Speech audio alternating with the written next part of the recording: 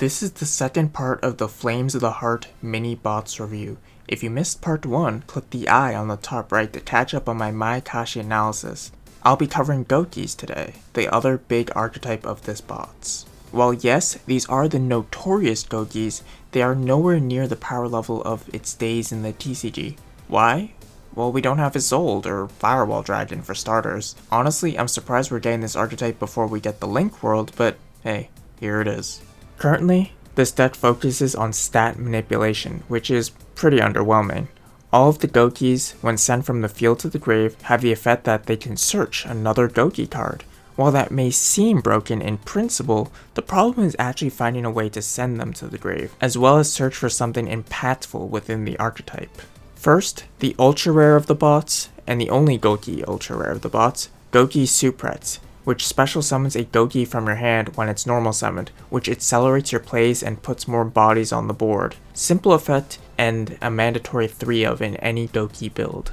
Rescorpio is a level 5, 2300 beater that can be normal summoned if you control another Gouki monster or if you control no monsters. It's a reliable beat stick with decent stats that can fairly easily get itself on the board, either with its own summoning condition or Supretz. Running 1 or 2 should be fine. Twist Cobra has a quick effect where you contribute 1 Gouki monster, then target 1 Gouki monster you control. It gains attack equal to the original attack of the attributed monster until the end of the turn. This not only sends a Gouki monster from your field to the grave, which gives you a search, but also gives a nice attack boost. For example, Supretz attacks directly for 1800, then Twist Cobra attacks, but in the damage step you contribute your Supretz and now Twist Cobra has 3400 attack, and it's lethal damage. Probably the second best Gouki monster in the deck, besides Supretz. Bear Hug, if normal summoned or special summoned by the effect of a Gouki card, probably Supretz, you can have the attack of an opponent's monster until the end of the turn. Unlike Rescorpio, being a level 5 or higher without an inherent way to summon itself is a big downside, and means that you'll have to tribute summon it, and it'll be more bricky more often than not because of its reliance on Supretz on the first turn. Maybe a 1 of at most, but I would skip it.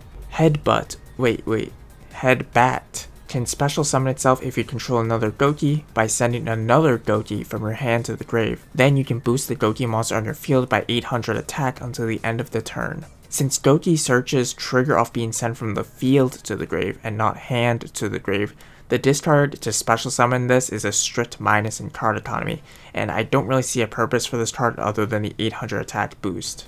Ironclaw is a hand trap for Goukis that, in the damage step, can boost your Gouki's attack by 500 and make it unaffected by your opponent's card effects for the rest of the turn. If this effect could be activated at any time though, I would legitimately consider this a 2 or 3 of in Goukis. As is, the unexpected damage step boost is nice and makes it worth running at least at 1. Auto Stretch is a hand trap that has effect in battle damage. It's a terrible effect, and pass. Gouki Face Turn is one of the 2 spell cards for Goukis that destroys a Gouki you control to special summon 1 from the grave. This does trigger a Gouki search, and it is searchable by other Gouki effects, so maybe running 1 is okay. Gouki Cage Match is basically impossible to pull off. Destroying 3 monsters in 1 battle phase is a big ask, especially for a deck that lets a singular boss monster that can attack multiple times, or something like that. Don't run it, it'll never resolve.